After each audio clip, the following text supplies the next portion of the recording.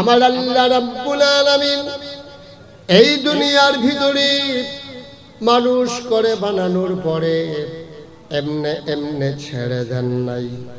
কোন পথে গেলে জান্নাত, কোন পথে গেলে জাহান্নাম, কোন পথে গেলে লাভ আর কোন পথে গেলে লোকসান, কোন পথে ভালো, কোন পথে মন্দ, কোন পথে কল্যাণ, কোন পথে অকল্যাণ, কোন পথে শিরক বিদআত, কোন পথে তাওহীদ রিসালাত, কোন পথে কুফর আর কোন পথে ইসলাম জানানোর জন্য আমার আল্লাহ যুগে যুগে মানুষদের মাঝ থেকে যাচাই করে, বাছাই করে, করুণা করে, দয়া করে, মায়া করে একদল উত্তম চরিত্রের মানুষ যাদের জীবনে গুনাহ নাই, গুনাহ হওয়ার সম্ভাবনাও নাই, এমন একদল মানুষকে আমার আল্লাহ আমাদের জন্য নবী এবং রাসূল করে পাঠাইছে। বলো সুবহানাল্লাহ।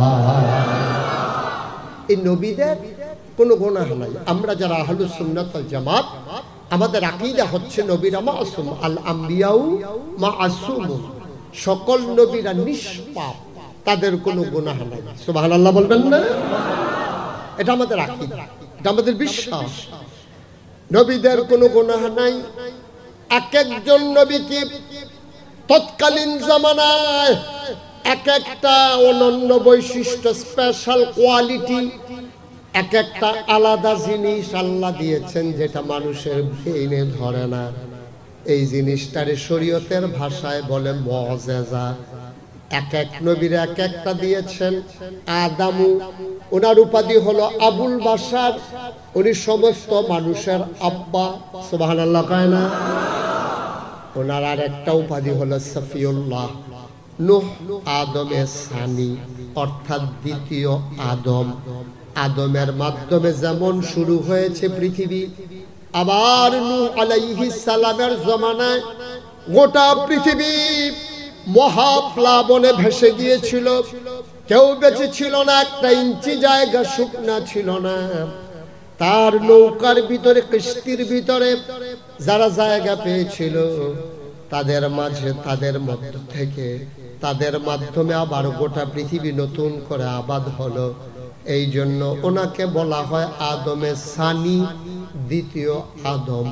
ইব্রাহিম, খলিলুল্লাহ, ইসমাইল, জাবিউল্লাহ, মুসা, কালিমুল্লাহ, ঈসা, রূহুল্লাহ।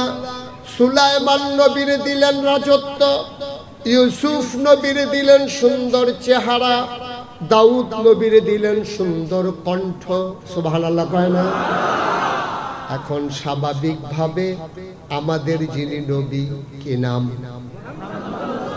মুহাম্মদ রাসূলুল্লাহ সাল্লাল্লাহু আলাইহি। নবীর নাম শুনলে কি পড়তে হয়? সাল্লাল্লাহু। দুই একবার না বারবার, দুই একদিন না প্রতিদিন, দুই এক সপ্তাহ না প্রতি সপ্তাহ, দুই এক মাস না 12 মাস, দুই এক বছর না সারা জীবন আমরা পড়ব সাল্লাল্লাহু আলাইহি ওয়াসাল্লাম।